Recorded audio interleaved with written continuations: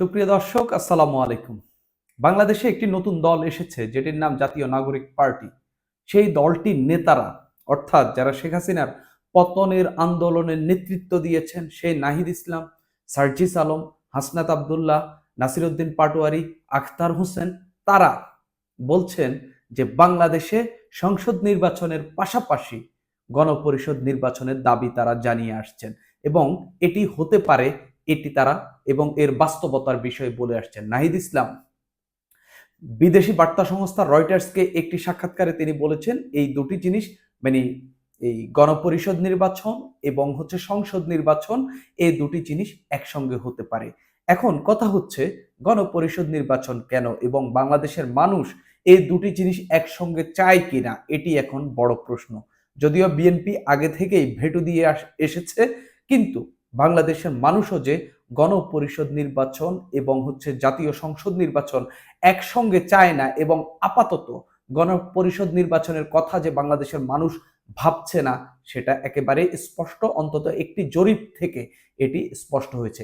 আগে একটু বলে নিই গণপরিষদ নির্বাচনের দাবিটি কেন তোলা হচ্ছে, অর্থাৎ গণপরিষদ নির্বাচন কেন আমাদের এই তরুণ ছাত্র নেতারা চাচ্ছে, বা যারা শেখ হাসিনার পতনের আন্দোলনে নেতৃত্ব দিয়ে নতুন একটি দল নিয়ে এসেছে, তারা কেন গণপরিষদ নির্বাচন চাচ্ছে। মূলত তারা সংবিধানের পরিবর্তন চায়, অর্থাৎ বাংলাদেশে ৭২-এর যে বর্তমান যে সংবিধান রয়েছে, ৭২-এর সংবিধান, সেই সংবিধানটি তারা বাতিল করে দিতে চায়, নতুন একটি সংবিধান নিয়ে আসতে চায়। এই সংবিধান নিয়ে আসার জন্য তারা একটি গণপরিষদ চায়। গণপরিষদের মাধ্যমে সেখানে সিদ্ধান্ত নিয়ে পুরাতন সংবিধানকে বাতিল করে নতুন একটি সংবিধান নিয়ে আসতে চাচ্ছে।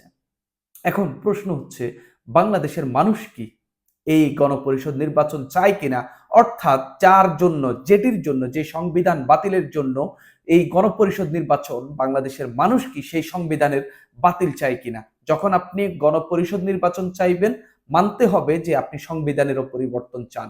যখন আপনি গণপরিষদ নির্বাচন চান না, তখন বুঝে নিতে হবে যে আপনি এই এক্সিস্টিং যে সংবিধান রয়েছে, সেই সংবিধানও পরিবর্তন চায় না। নানান দাবির কারণে, নানান কথাবার্তা বলে আমাদের এই অভ্যুত্থানকারীরা বা তরুণ ছাত্র নেতারা এই সংবিধান বাতিলের কথা বলছেন। যদিও গত ৭ মাস ধরে তারা ঢাকঢোল পিটিয়ে, মিছিল করে, সমাবেশ করে এই সংবিধানের কিছুই করতে পারেনি।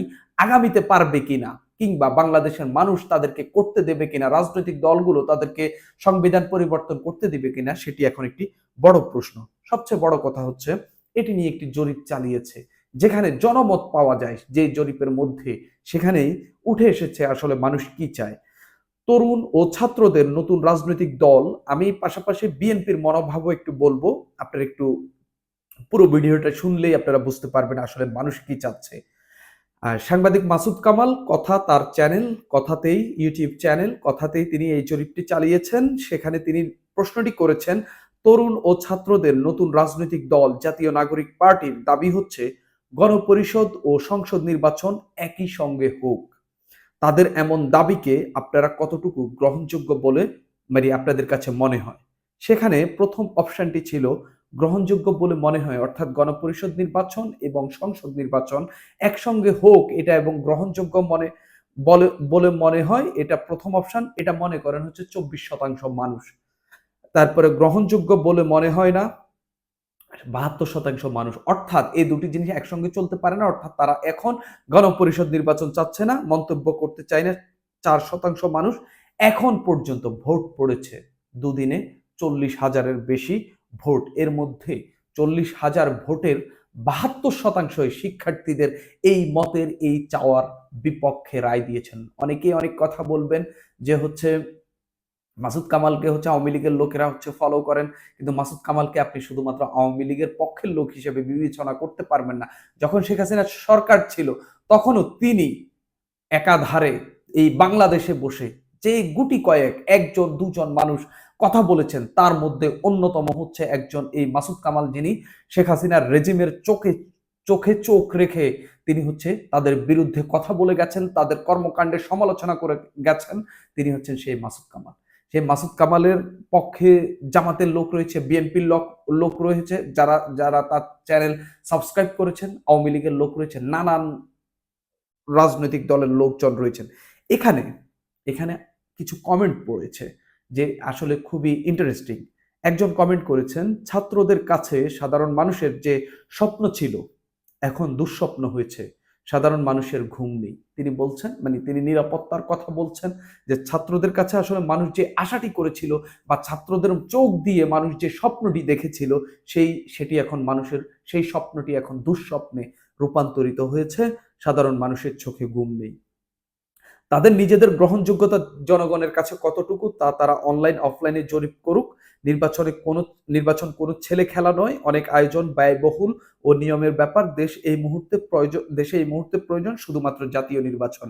আরেকজন কমেন্ট করেছেন, যাদের একটা জেলার সংসদ নির্বাচন করার মুরুদ নেই, তারা করবে একসঙ্গে 2 নির্বাচন। মানে সরকারকে বলছে যে একটা আসলে বা শিক্ষার্থীদের দলকে বলছে যাদের আসলে একটি আসনে নির্বাচন করার মুরুদ নেই। তারপরে আরেকজন বলছেন হচ্ছে কিশোর গ্যাংয়ের বিষয়ে মানুষ এখন সব জেনে গেছে। আরেকজন লিখলেন সমন্বয়ক আর উপদেষ্টা, হুম, মানে কিছু কিছু লোকের কথা বললেন যে তাদের রোল প্লে করতেছে।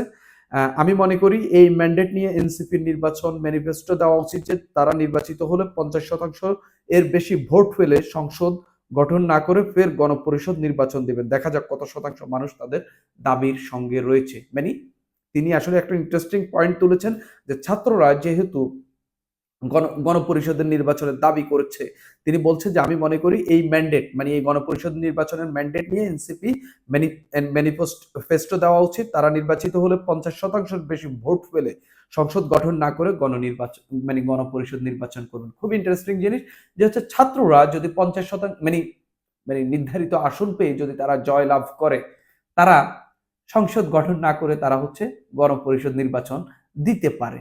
অর্থাৎ তিনি একেবারে লিগাল একটা প্রসেসের মধ্যে, মানে একেবারে সাংবিধানিক একটা প্রসেসের মধ্যে, যে জোর খাটিয়ে নয়, কাউকে অনুরোধ করে নয়, কোনো কিছু চাপিয়ে দিয়ে নয়, আপনি লিগালি গিয়ে সাংবিধানিকভাবে, মানে সাংবিধানিক যেটা সেটাই তো লিগাল, তো হচ্ছে সেভাবে গিয়ে আপনি হচ্ছে যদি আপনি নির্বাচনে জয়লাভ করেন, এই যে আসন্ন যে নির্বাচন ত্রয়োদশ সংসদ নির্বাচন, সেই সংসদ নির্বাচনে ছাত্ররা যদি 150টির বেশি আসন পায়, তখন তো তারা সরকার গঠন করবে। অর্থাৎ সরকারে তারা যাচ্ছে, তারা হচ্ছে মানে আগামী 5 বছরের জন্য বা 4 বছরের জন্য ক্ষমতায় বসছে। তাহলে তারা হচ্ছে সেখানে গিয়ে তারা সংসদ, মানে তাদের সরকার গঠন না করে তারা একটা গণপরিষদ নির্বাচন দেয়। মানে যদি আপনার গণপরিষদ নির্বাচন দেওয়ার ইচ্ছে থাকে, খায়েশ থাকে, তাহলে সেটা আপনি একটা সাধারণ সংসদ নির্বাচনে জয়ী হয়ে আপনি দিতে পারেন।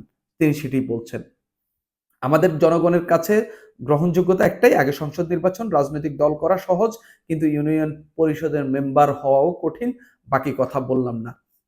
জাতিসংঘের অধীনে নিরপেক্ষ নির্বাচন চাই। আরেকজন বললেন ছাত্রদের প্রত্যেকটা পদক্ষেপই এখন ঘৃণা করি। অর্থাৎ তিনি এক সময় তাদেরকে সমর্থন করতেন, মানে এখন তিনি প্রতিটি পদক্ষেপকেই ঘৃণা করেন।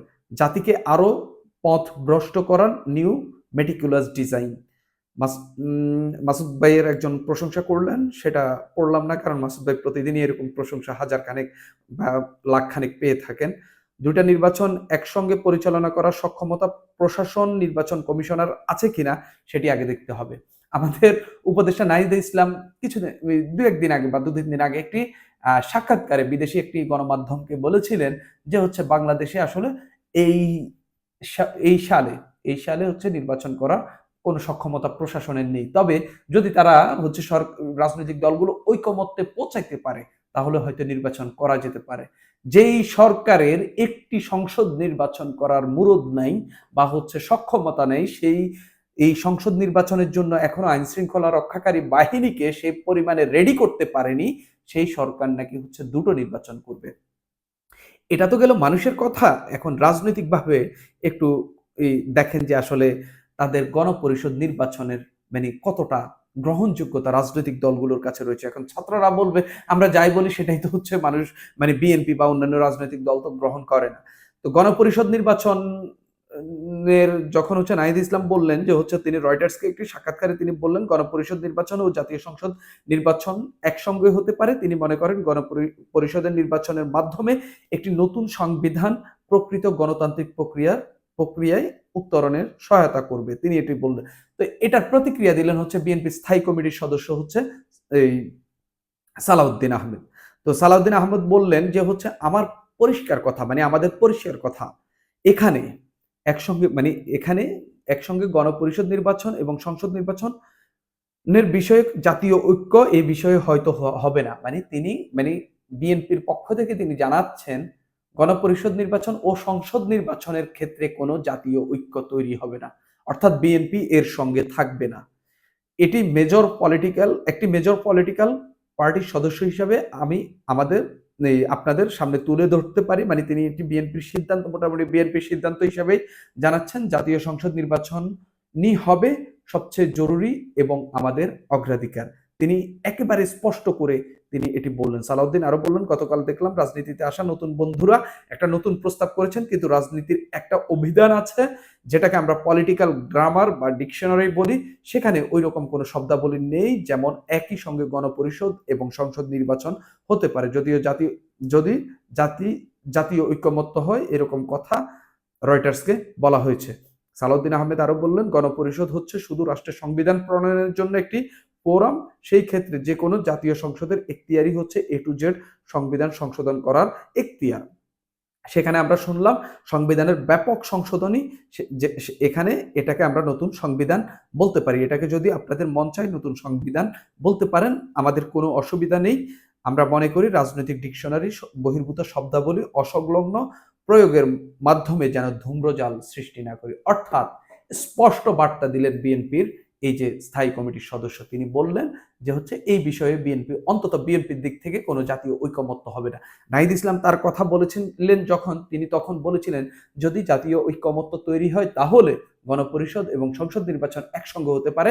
সেটাই একেবারে নাকচ করে দিলেন হচ্ছে বিএনপির এই স্থায়ী কমিটির সদস্য, এবং তিনি এটাকে একেবারে রাজনৈতিক সঙ্গে যায় না এরকম শব্দাবলী, এরকম ঘটনাবলী এবং সংবিধানের সঙ্গে সাংঘর্ষিক এরকম কথাবার্তা তিনি বলেছেন। এবং একই সঙ্গে তিনি বলেছেন আমাদের সংবিধানে এতগুলো সংশোধনের প্রস্তাব করা হচ্ছে, সেগুলো যদি হয়ে যায় তাহলে এটাকে আপনারা নতুন সংবিধান বলতে পারেন। সেটাকে নতুন সংবিধান বলা যাবে কিনা, তবে আপাতত ছাত্ররা যে দাবিটি তুলছেন, মানুষের যে মত, বিএনপির যে অবস্থান, মনে হচ্ছে ছাত্ররা একই সঙ্গে গণপরিষদ এবং সংসদ নির্বাচনের যে খোয়াব দেখছে, যে স্বপ্ন দেখছে, সেটি পূরণ হচ্ছে না।